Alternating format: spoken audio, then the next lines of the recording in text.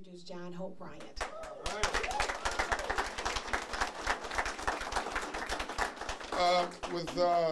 With respect to the White House, and I want to say, I'll leave the mayor for last. I want to say thank you to Ryan Mack and Michelle, who've done a great job of getting this in place, and my friend Shirley Stancato, New Detroit, who was our first office when we got here, gave us free office space. You know, people say that there's competition in nonprofits. Nothing to me sounds more ridiculous than that. Competition amongst nonprofits. It's just ridiculous to me. There's enough poverty to go around.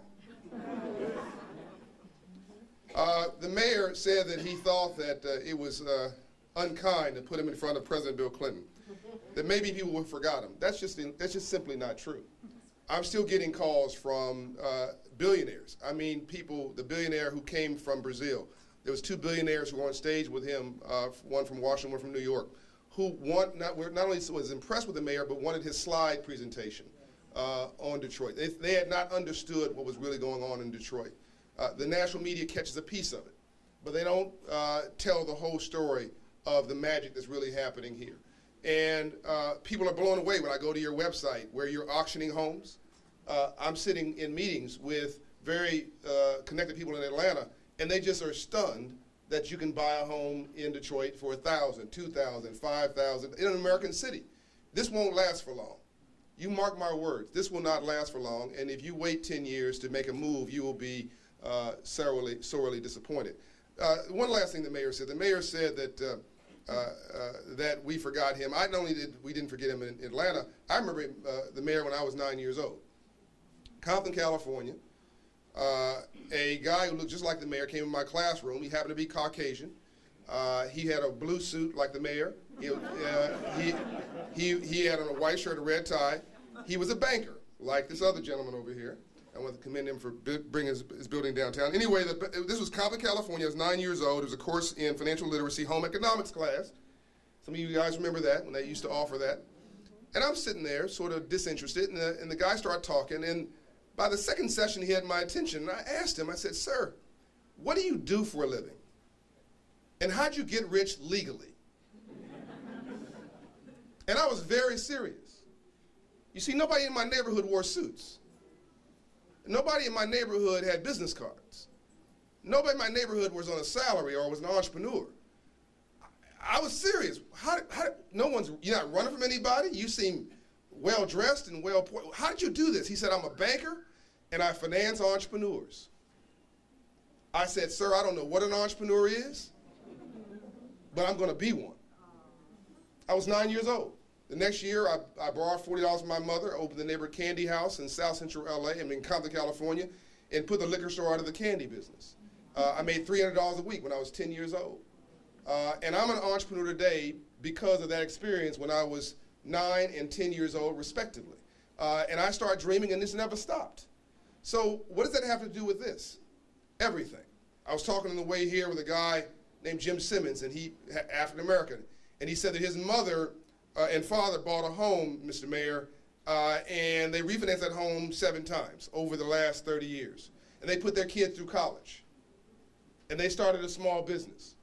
That home has really literally paid for the American dream. But if they had just rented 30 years ago, not only would none of those dreams be fulfilled, but they would have no control over their cost of living, and arguably they'd have been raising a window and just throwing all that money out to pay for somebody else's way of life. But where did that tradition come? Where did that tradition go of home ownership? I mean, that's your personal hedge fund. That's your hedge against poverty, owning your own home. And anybody who doesn't think that Detroit, across the street from Canada, that beautiful waterfront, this American city that used to be 60 years ago the richest city in the world, richer than London, richer than Paris. This was the richest city on the planet. Here's a news flash. This is not an inner city community. This is centrally located real estate. South Central LA, centrally located real estate.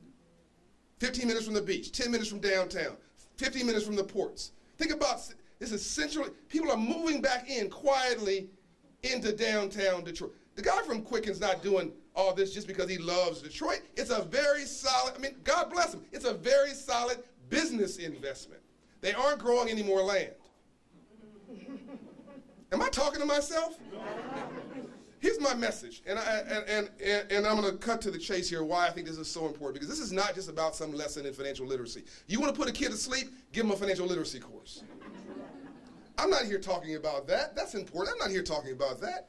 I'm saying we got the memo on civil rights. We never got the memo on civil rights. You get that? Yeah. Now, 1865, March 3rd, Abraham Lincoln signed legislation creating the Freedmen's Bank. The Freedmen's Bank's mission was to teach freed slaves about money. He was killed 5 weeks later. Frederick Douglass ran the bank, tried to save it, put $10,000 of his own money into it. It failed on his watch, his only failure. When it failed, he said the failure of this bank did more to set freed slaves in America back than 10 more years of slavery.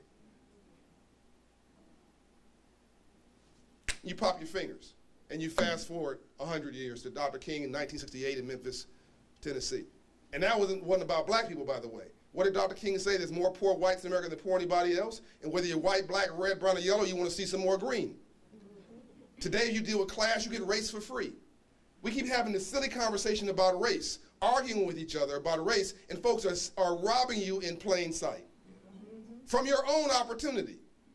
This is not a white mayor. I don't know where that got in somebody's head. You better see a green mayor. I made him an honorary black man. I think he's pretty cool. And as long as he's coming to the hood and doing things for your community, he should be your best friend. Period, full stop.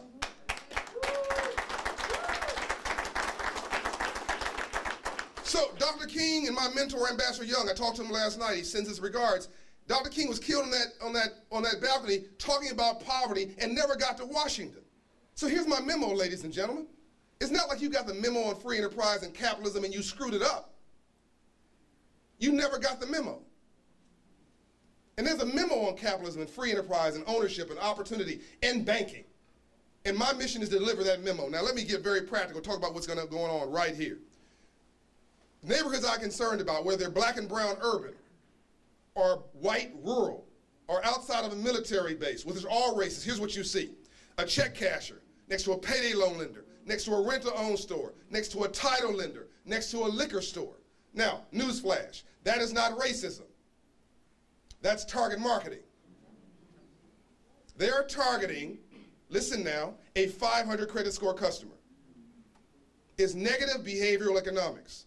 And all I'm going to do, as we finish what Lincoln talked about 150 years ago this year, and what Dr. King died trying to push forward, we're going to finish what Lincoln and Dr. King started. We're going to put a Hope Inside network of 1,000 locations inside of bank branches, inside of community centers, inside of houses of faith, inside of big box retailers, inside of government offices. I'm opening it in Ferguson in 3 weeks.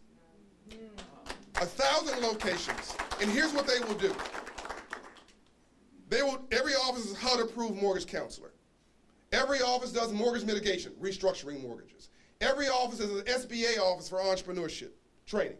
Every office will promote and create homeowners and small business owners in real time. Every office will bundle public services. What does that mean? Earned income tax credit.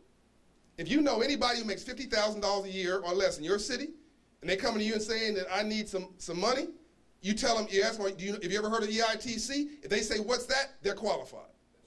If you make $32,000 a year and you have 2 children and you work, the government owes you $4,000. If you never filed, it's retroactive for 3 years. That's $12,000. And you don't owe anybody that money back. That's your money. That's not a handout program. You worked for that money. But here's what offends me. 1 out of 4 Americans, Mr. Mayor, who qualify for EITC never asked for it. Why? Because they don't have a private banker. They have nobody to advise them. They've got no financial counselor. It's what you don't know that's killing you. And before you say, well, that can't be a lot of money, it's $10 billion a year that we give back to the federal treasury every year. $10 billion.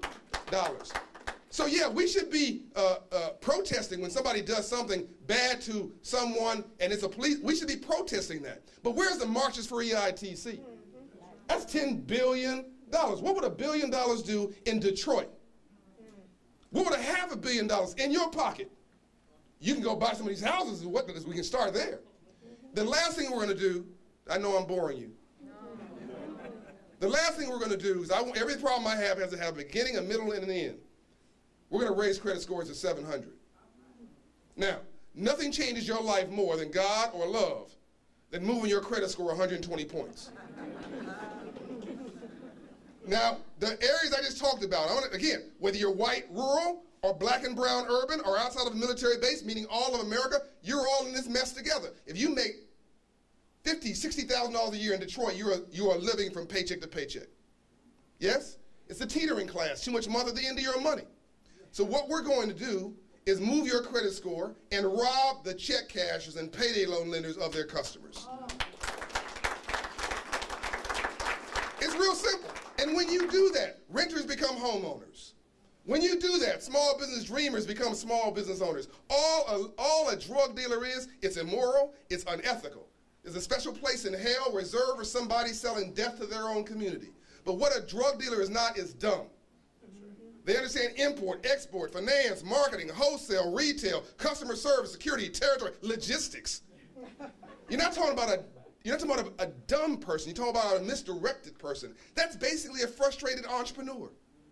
Ladies and gentlemen, opportunity is all around us. All a gang organizer is a frustrated union organizer. I believe in Detroit. I believe in our underserved communities. I believe in you. There's nothing wrong with you, except you never got the memo. So it starts right here.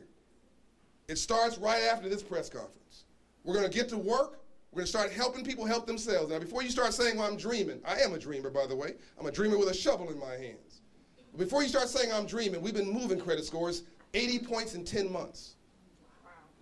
120 points in 24 months. And it changes your life. Half of all employers require a credit check before they'll hire you. So if you do this one thing, he gets taxpayers. If you do this one thing, and by the way, if you don't own anything, you don't vote because you don't have a stake. Ferguson, Missouri has a 6% voter turnout rate. 6. And is the largest racially divided unbanked city in America. You can't make this up. That's not a coincidence. So we got to stop being a statistical anomaly. We've got to stop being predictable. We got to start doing something normal like creating homeowners and small business owners and entrepreneurs and letting these kids in school aspire to not just go get a job, but go create one. I'm done.